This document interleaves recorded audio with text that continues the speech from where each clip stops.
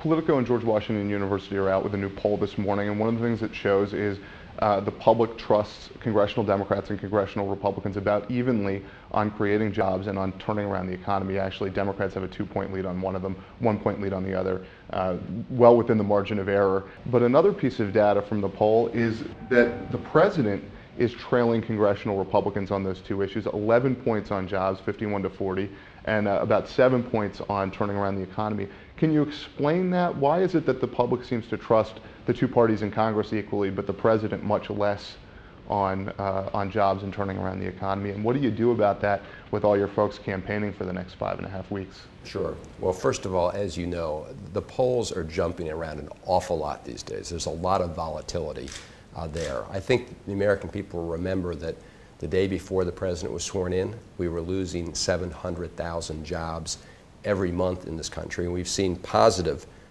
private sector job growth for the last 8 months. Now, are we where we want to be?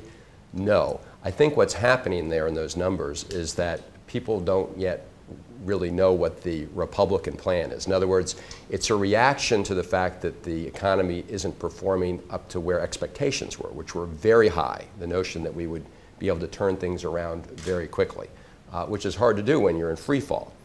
So the president's proposals and the congressional Democratic actions have helped stabilize things, and you're seeing things begin to move up. I think those poll numbers are a reflection of sort of expectations having been high, and I think it will change as people begin to focus on what the Republicans are proposing, because what they're proposing is exactly what drove the economy into the ditch in the first place. They're saying total hands off of Wall Street.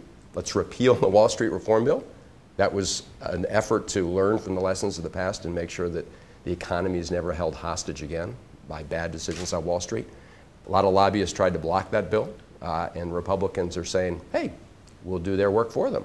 So their whole prescription for the economy moving forward is exactly what they did to the economy under the 8 years of the Bush administration. And as people focus on that fact and that choice, I think they're going to choose the path forward. In other words, let's continue on the path we're on, understanding we're not there yet, but also understanding that going back to the failed policies would be a recipe for heading right back down. Let me piggyback on that for a moment, because I think that's the Democratic message right now by and large. Stay with Democrats, you'll move forward. Go to Republicans, you'll move backward.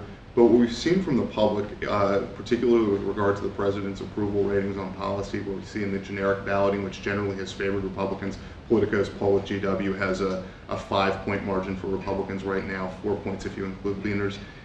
It seems that a lot of the public's uncomfortable with either the speed or the direction in which Democrats have been going forward.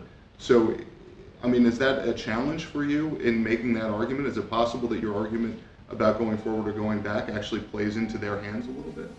I don't think so, because I do think people have a pretty recent memory of just how bad things were. And in most of the polling I've seen, if asked, why are we in such a big mess right now? Is that as a result of the policies of the President Obama or the previous administration? Most people say, no, look, we recognize the president found himself in a very deep, deep hole, and it takes time to dig out of it. So then the question is, what's the best way forward? And what the Republicans are proposing would lead to a decline in the economy. We have a declining economy. We have a very fragile recovery. They would put the brakes on it and snuff it out. Why? Because they're proposing to cancel about 60,000 contracts and awards under the recovery program. These are funds that have been committed. Many cases, they're contracts that are signed. In some cases, the work is underway. People are actually at work on these projects, and they're saying, hey, we're going to pull the rug right out from under you, and that would lead to thousands of jobs lost. Secondly, they opposed the small business bill that we just passed, which extends credit to small businesses that are struggling to make ends meet and provides incentives for people to invest in small businesses now. Instead, what they're proposing is this idea of, well, let's just keep the rates for the top 2% in place, the top wealthiest 2%, and that will somehow be a miracle cure. It's their answer to everything. It was their answer in 2001 with George Bush, and we know the end of that movie, right? Millions of jobs lost. That's in place right now. But where are all the jobs that have been generated by tax breaks for the wealthy? That's why we say invest in small businesses.